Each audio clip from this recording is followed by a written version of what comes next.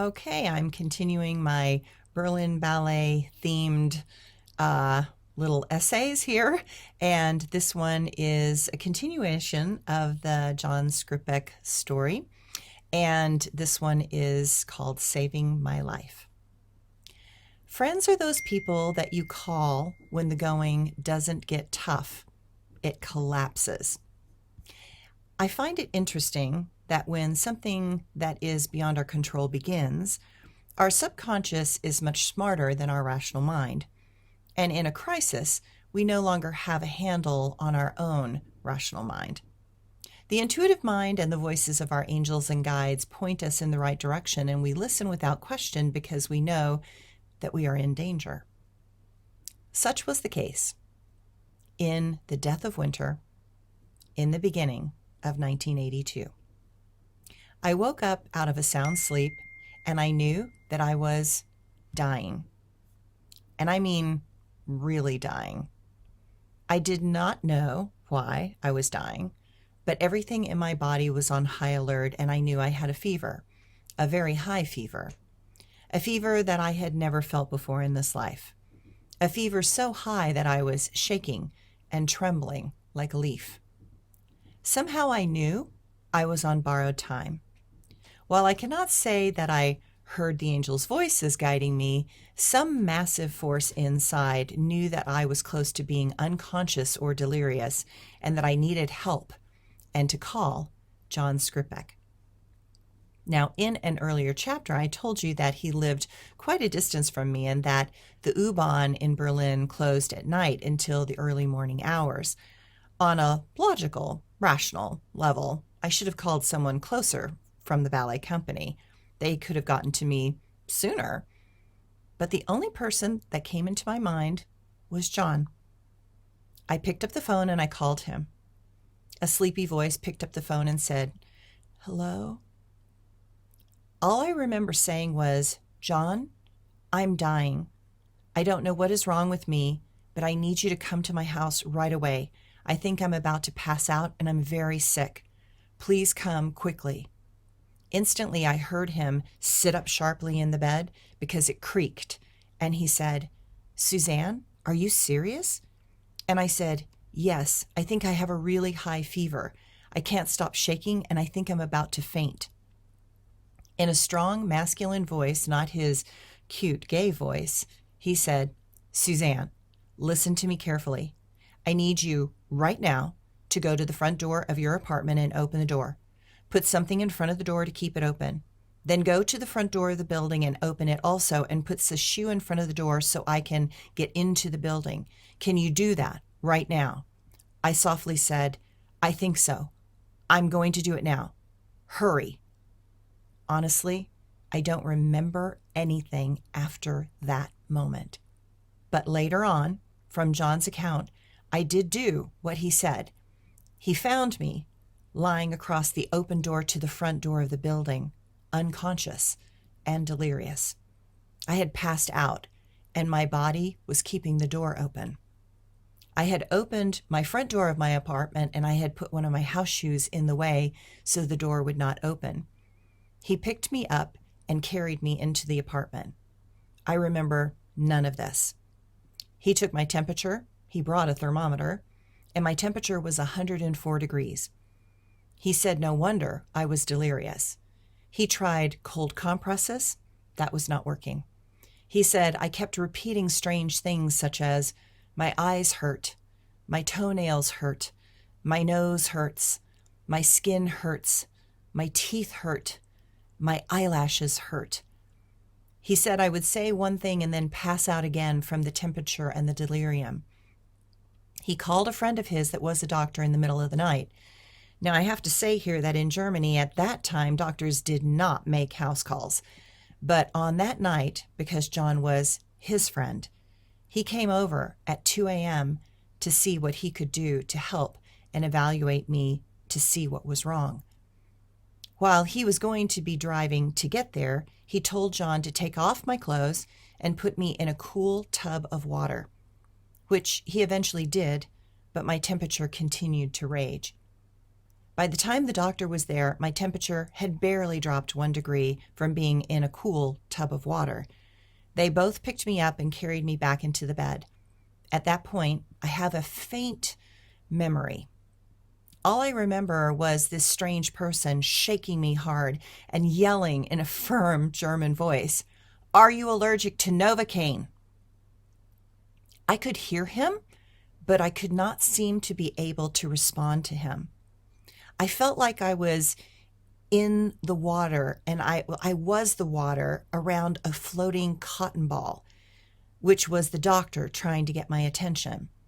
It was explained to me later that certain types of anesthesias lower core body temperature and will stop severe shivering. But if I had been allergic to it, it could have killed me. This doctor took the risk and gave me not 1, but 2 shots. I don't remember either of them, but I had one hell of a bruise on both cheeks the next day. After the shots, I remembered slowly coming back into this reality. Everything felt fuzzy. It was as if I was looking at the world through foggy lenses. I see John looking at me, worried, sick, and the doctor staring at me sternly and asking me, "What drugs are you on?" I said that it was in the medicine cabinet in my bathroom. The doctor goes out to get them, and he comes back with a bottle of antibiotics that I had been given for pneumonia. I had gotten pneumonia 3 times that winter, and after all, the show must go on. Gudrun Leben, the ballet mistress of Berlin, the Berlin Ballet, her sister was a doctor, and without seeing me, she had prescribed these antibiotics 3 times for me to take so I could perform. The doctor, friend of John Skripek, holds up the bottle and says, This is what you've been taking?" I nodded. Next he asked, "How long have you been taking them?" I said, 3 months. He stood there in shock with his mouth open. He said, "These were the strongest broad-spectrum antibiotics, and they are not to be taken like that." He explained that my entire immune system had collapsed and that now they could not give me this type of medication. My immune system would have to rebuild itself slowly.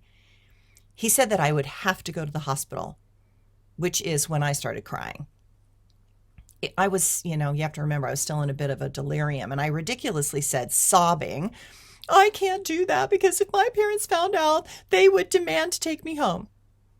He insisted that I had to go and that the staff would have to make sure that everything else was working and that I needed fluids as I was terribly dehydrated. Then, just so you know, I don't remember anything else for about a week. I know that sounds strange, but that is all that is in my brain. What I appreciate about the German medical system is that I never got a bill. I never had to worry about how I was supposed to pay that bill. Everything was handled. I don't remember leaving my apartment. I don't remember the hospital. I don't remember leaving the hospital. I don't remember how I ended up at Kizzy Steger's house on the 3rd floor. 1 entire week is completely gone from my memory. In truth, I only vaguely remember the next 3 weeks. In fact, I am not sure how long I was out of it. I assumed about 3 weeks, but it might have been more. The first memory I had was of waking up slowly and feeling groggy. I was on an unfamiliar bed in a small room that was also clearly an office. As I sat up, a parrot on a stand in the corner by the window said, "Gruß von Gott," meaning greetings from God, sort of in a Bayerish slang. It was a type of good morning in German.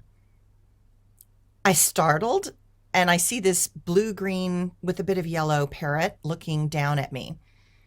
I was still disoriented and not knowing where I was exactly. As I stirred, the door opened, and there stood Kizzy Steger, the costume and wig maker from the Berlin Ballet. She smiled and said, Guten Morgen, Schlafmütze, or good morning, sleepyhead. Somehow I was at her house, and she was taking care of me. What an angel. I was still really discombobulated and disoriented, and much that unfolded after that is also gone from my memory. All I remember is the bird every morning saying it's good morning, and the bird also singing a children's song about a little duck. Alle meine Entchen schwimmen auf den See, schwimmen auf den See. Kopfchen in das Wasser, Schwänzchen in der Höhe. Translated, it means, all my ducklings are swimming on the lake, swinging on their lake, and their little heads dip into the water, and their little tails stick out.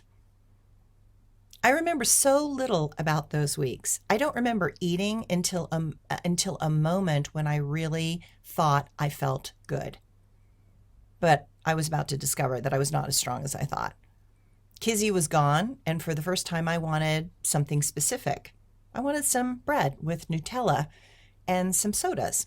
I knew that the store was just at the end of the block, and I decided I was going to surprise Kizzy with having gone out of the apartment and getting some groceries. I managed to get down the 3 flights of stairs, no problem. I got to the store, did the shopping, and then got back to her building. From there, all I remember was getting part of the way up the stairs with the bag of groceries and then blacking out. She found me an hour later on the second landing, crying. I could not get the rest of the way up the stairs. I was exhausted. I was so weak, I felt like a truck had hit me. Somehow she got the neighbors to help me the rest of the way up to the apartment, with 2 strong men half carrying me up the stairs.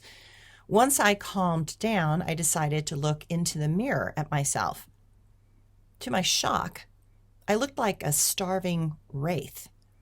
I had lost a significant amount of weight, and I was thinner than I was when I was 15 years old. Looking in the mirror, I realized how weak I was and how sick I looked. The mind plays tricks on us to keep us going. It plays games of illusion in an attempt to help us survive. Even after that moment, most things are still a blur. I remember going back to the studio for class weeks later and seeing myself in a full-length mirror and again being shocked. I was clearly very weak, and I was not all there in my body or in my head. Very slowly, I gained strength back. It would be years before I felt like myself again.